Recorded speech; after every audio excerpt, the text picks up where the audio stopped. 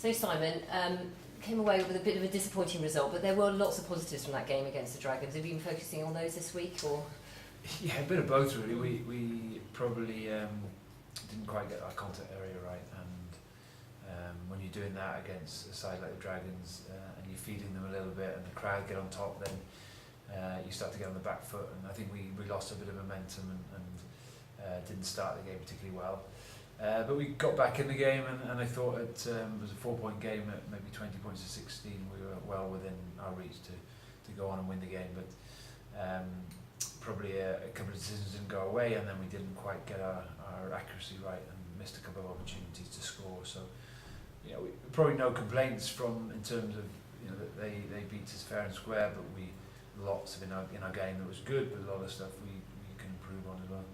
So the focus in this week in training, a bit of contact area, but obviously going up to Edinburgh, an interesting record there, but a good win last season in terms of fighting it out. So what's been the focus this week?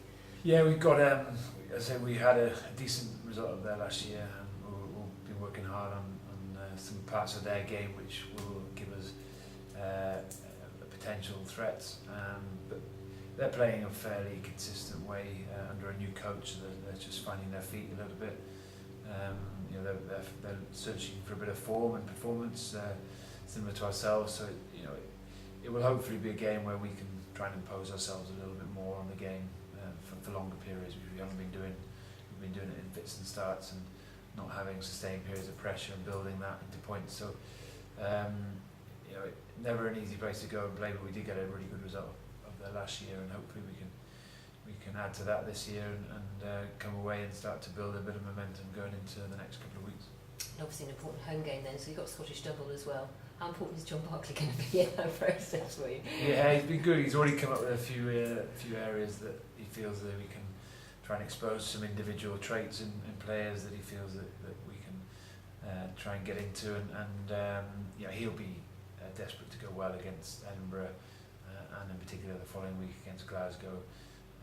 Not just for himself, but just to show that what they're missing, I think, in Scotland. And you know, I hope he goes well, and for us in particular, but for himself, he's made a big commitment to move down and move to his first different club as a professional rugby player. So it'd be nice for him to come away in the next couple of weeks with some good performances, but also some decent results.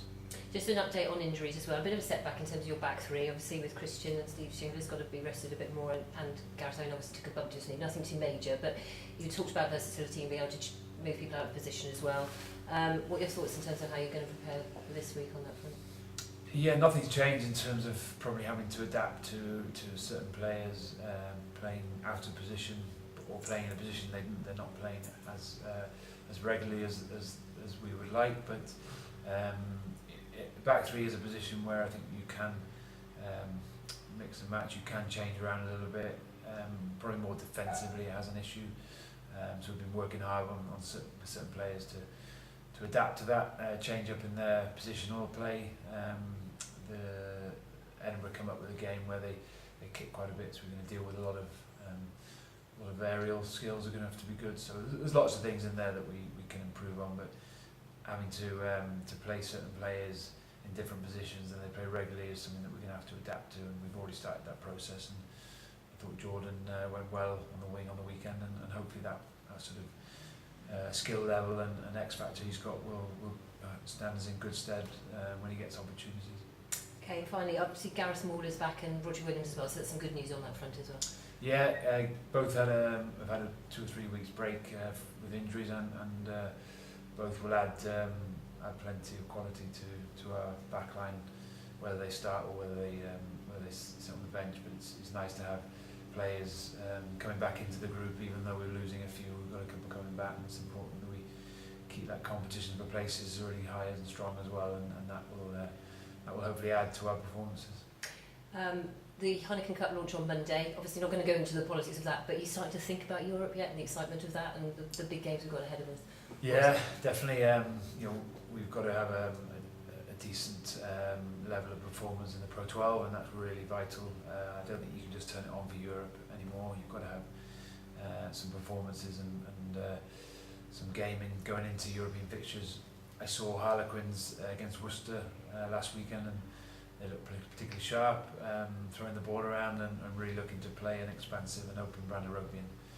And you know, we'll be monitoring them over the next couple of weeks along with racing, to hopefully when we get to play them after our next couple of games, we'll be in the right place to counter what they have to offer, which is quite a lot in many areas, but also impose our own game on them. Hopefully it will be exciting a few weeks to come.